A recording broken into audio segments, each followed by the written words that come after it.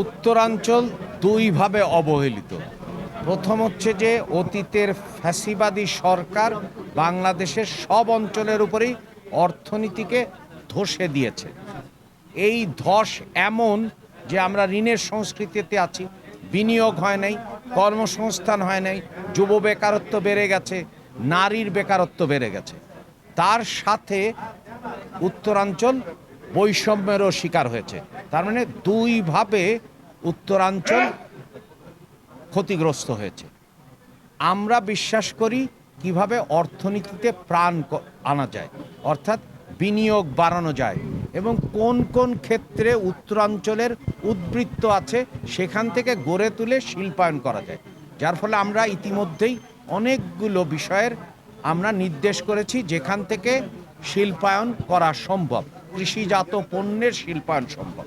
সেটা আলু হতে পারে, সেটা ভুট্টা হতে পারে, সেটা টমেটো হতে পারে, আবার অন্যদিকে গবাদি পশুর ক্ষেত্রে দুগ্ধজাত পণ্য হতে পারে। আবার এই অঞ্চলে প্রাকৃতিক সম্পদ আছে, নদী ভাঙনই শুধু নাই, কিন্তু প্রকৃত প্রচুর পরিমাণে পাথরের মতো সম্পদ দান করছেন, এবং নুড়ি পাথরের ক্ষেত্রে গ্লাসের ফ্যাক্টরি হতে পারে। তার মানে এই অঞ্চলে উদ্বৃত্ত ছিল, কিন্তু রাষ্ট্র কখনোই এই অঞ্চলকে নিয়ে ভাবে নাই। বর্তমান প্রধানমন্ত্রী তারেক রহমানের যে ইশতেহার, সেখানে সমতাভিত্তিক আঞ্চলিক উন্নয়নের কথা বলা হয়েছে, এবং সেখানেই কিন্তু কিভাবে কৃষিজাত পণ্যের শিল্পায়ন করা যায়, এবং শিল্পায়ন যদি হয় তাহলে কর্মসংস্থান হবে, এবং কর্মসংস্থান হলেই কিন্তু অর্থনীতি ঘুরে দাঁড়াবে।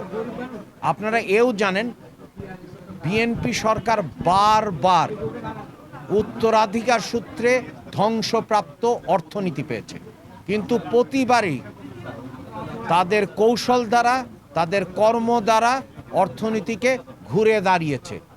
মরহুমা বেগম খালেদা জিয়ার সময় প্রায় 2 কোটি মানুষকে দারিদ্র্যের কষাঘাত থেকে মুক্ত করা হয়েছে, এক অনন্য উচ্চতা সাফল্যে।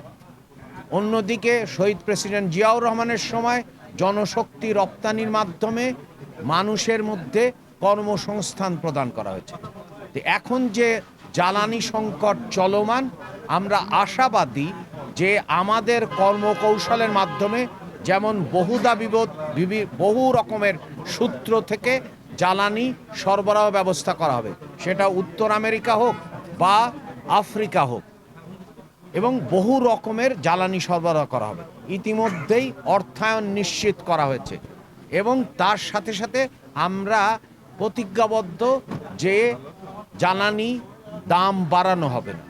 সেই জন্যে আমরা আশাবাদী বাংলাদেশের ক্ষেত্রে, যদিও বিশ্বের সব দেশেই অর্থনীতির উপরে একটা বিশাল রকমের চাপ পড়েছে এই যুদ্ধ এবং জ্বালানি, তবে আমরা সচেষ্ট আছি যাতে করে বিনিয়োগ পরিস্থিতি এবং আমাদের ঘর গৃহস্থালিতে বিদ্যুৎ সরবরাহ থাকে।